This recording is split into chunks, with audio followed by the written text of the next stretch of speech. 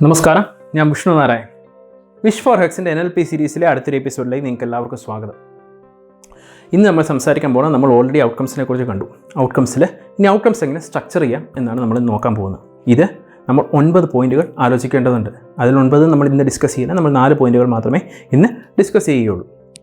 അപ്പോൾ ഒട്ടും താമസിക്കാതെ നമുക്ക് ടോപ്പിക്കിലേക്ക് വരാം. ഈ 9 ക്വസ്റ്റ്യൻസ് നമ്മൾ സ്വയം ചോദിക്കേണ്ടത് എന്തുകൊണ്ടാണെന്ന് വെച്ച് കഴിഞ്ഞാൽ, ആ ഔട്ട്കം കൂടുതൽ റിയലിസ്റ്റിക്കും അച്ചീവബിളും മോട്ടിവേറ്റ് ചെയ്യുന്നതും ആക്കിയെടുക്കുക എന്നുള്ള കാരണത്തിന് വേണ്ടി നമ്മൾ 9 ക്വസ്റ്റ്യനുകളും ചോദിക്കുന്നത്. ഇത് എല്ലാ തരത്തിലും പറഞ്ഞു കഴിഞ്ഞാൽ ഇൻഡിവിജ്വൽ ഔട്ട്കംസിന്, ഓർഗനൈസേഷനിലല്ല ഇൻഡിവിജ്വൽ ഔട്ട്കംസിന് വളരെയധികം ഫലപ്രദമാണ്. ഇനി ആദ്യത്തെ ചോദ്യം, ഫസ്റ്റ് പോയിന്റ്, അത് പോസിറ്റീവായിരിക്കണം. What do you want? നമുക്ക് എന്താണ് വേണ്ടത്? ഇത് ഒരിക്കലും ഒരു ഒപ്റ്റിമിസത്തെയോ അല്ലെങ്കിൽ ഒരു പോസിറ്റീവ് തിങ്കിങ്ങിനെ അങ്ങനെയൊന്നും കൂട്ടിക്കുഴയ്ക്കേണ്ട. നമ്മൾ ഔട്ട്കം പോസിറ്റീവായിരിക്കണം എന്ന് മാത്രം ചിന്തിക്കുക. ഒരു ഉദാഹരണം പറഞ്ഞു കഴിഞ്ഞാൽ, എനിക്ക് ഭാരം കുറയ്ക്കണം, ഇങ്ങനെ നമ്മൾ ചിന്തിച്ചാൽ അത് നെഗറ്റീവ് ഔട്ട്കമാണ്. അതേസമയം ഞാൻ കൂടുതൽ ഫിറ്റ് ആകണം, അങ്ങനെ ചിന്തിച്ചാൽ അതൊരു പോസിറ്റീവാണ്. നമ്മുടെ ഒരു പോസിറ്റീവ് തോട്ടാണ്. എനിക്ക് എന്താണ് വേണ്ടത്, ഇത് എനിക്ക് എന്ത് ചെയ്യും മുതലായ കാര്യങ്ങളാണ് നമ്മൾ പോസിറ്റീവ് എന്നുകൊണ്ട് അർത്ഥമാക്കുന്നത്. ഇനി രണ്ടാമത്തെ ടോപ്പിക് എന്ന് പറയുന്നത്, രണ്ടാമത്തെ ക്വസ്റ്റ്യൻ എന്ന് പറയുന്നത് എവിഡൻസ് അഥവാ തെളിവുകൾ. നമുക്ക് ഏതൊരു കാര്യം ചെയ്യുമ്പോഴും നമുക്ക് തെളിവുകൾ വേണം. നമ്മൾ യഥാർത്ഥ ദിശയിലേക്കാണോ പോകുന്നത്, അതോ ഇനി നമ്മൾ യഥാർത്ഥ ദിശയിൽ യഥാർത്ഥ ലക്ഷ്യത്തിൽ എത്തിച്ചേർന്നോ മുതലായ കാര്യങ്ങൾ നമുക്ക് എപ്പോഴും അറിയേണ്ടതുണ്ട്. അതുകൊണ്ട് നമുക്ക് തെളിവുകൾ വളരെ മുഖ്യം ബിഗിലേ. ഇനി ഈ തെളിവുകൾ എങ്ങനെയാണെന്ന്, ഈ തെളിവുകൾ കൊണ്ട് നമ്മൾ ഉദ്ദേശിക്കുന്നത്, നമ്മൾ ക്വാണ്ടിഫൈ ചെയ്യുക. നമ്മൾ ചെയ്യാൻ പോണ കാര്യങ്ങൾ ക്വാണ്ടിഫൈ ചെയ്യുക എന്ന് വെച്ച് കഴിഞ്ഞാൽ നമ്മൾ അതിനെ ഒരു മെഷർ ചെയ്യാൻ പരുവത്തിൽ ആക്കിയെടുക്കുക. ഇനി 2 തരത്തിലുള്ള എവിഡൻസിനെ കുറിച്ചാണ് അല്ലെങ്കിൽ തെളിവുകളെ കുറിച്ചാണ് നമ്മളിവിടെ സംസാരിക്കാൻ പോകുന്നത്.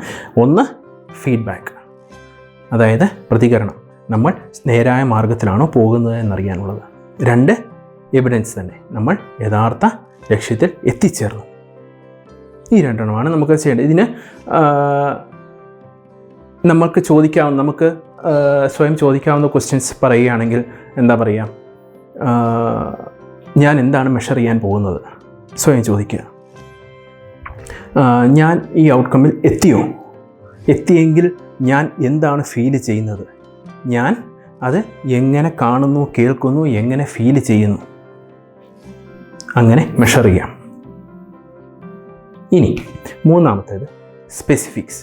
വളരെ സ്പെസിഫിക് ആയിട്ടുള്ള കാര്യങ്ങളാണ് നമുക്ക് വേണ്ടത് ഔട്ട്കമ്മിൽ. നമുക്ക് എപ്പോഴും ഒരു കാർഡടച്ച് വെടിവെക്കുന്ന രീതി നമുക്ക് ഔട്ട്കമ്മിൽ പറ്റില്ല. നമുക്ക് കൃത്യത വേണം.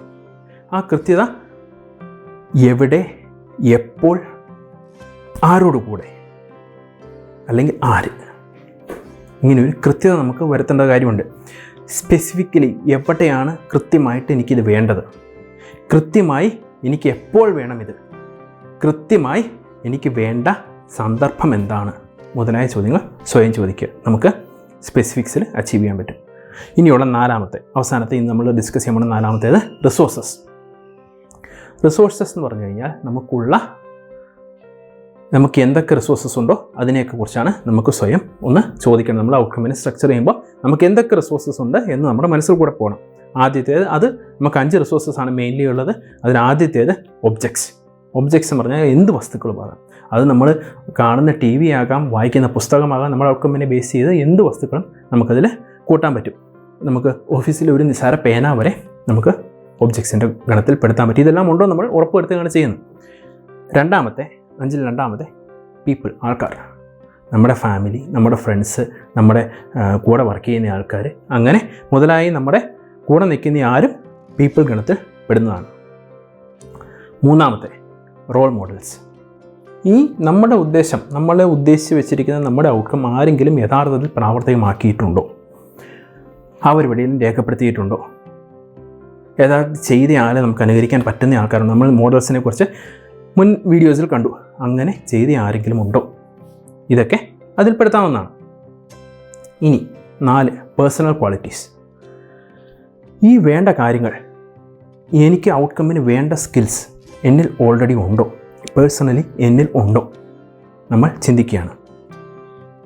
നമുക്ക് എന്താണ് ഡെവലപ്പ് ചെയ്യേണ്ട പുതിയ സ്കില്ലുകൾ, നമുക്ക് വേണ്ട പുതിയ കാര്യങ്ങൾ എന്താണ് നമ്മൾ ഡെവലപ്പ് ചെയ്യേണ്ടത്. ഇതൊക്കെയാണ് നമ്മൾ ഈ പേഴ്സണൽ ക്വാളിറ്റീസ് കൊണ്ട് അർത്ഥമാക്കുന്നത്. നമ്മൾക്ക് വേണ്ട സ്കില്ലുകൾ, പുതിയ സ്കില്ലുകൾ വേണമെങ്കിൽ, ഇപ്പോൾ നമുക്ക് ഗിത്താർ പഠിക്കണം എന്നൊരു സ്കില്ലാണ് വേണ്ടതെങ്കിൽ നമ്മളത് പഠിക്കണം. ഔട്ട്കമ്മിനെ അതനുസരിച്ച് വേണം നമ്മൾ സ്ട്രക്ചർ ചെയ്യാൻ. അങ്ങനെ നമ്മൾ ഡ്രിൽ ഡൗൺ ചെയ്ത് എല്ലാ കാര്യങ്ങളും വ്യക്തത ഉണ്ടാക്കുകയാണ് ഇവിടെ. അഞ്ചാമത്തേതും അവസാനത്തേതുമായത് മണി, പണം. അത്യാവശ്യമുള്ളൊരു കാര്യമാണ്.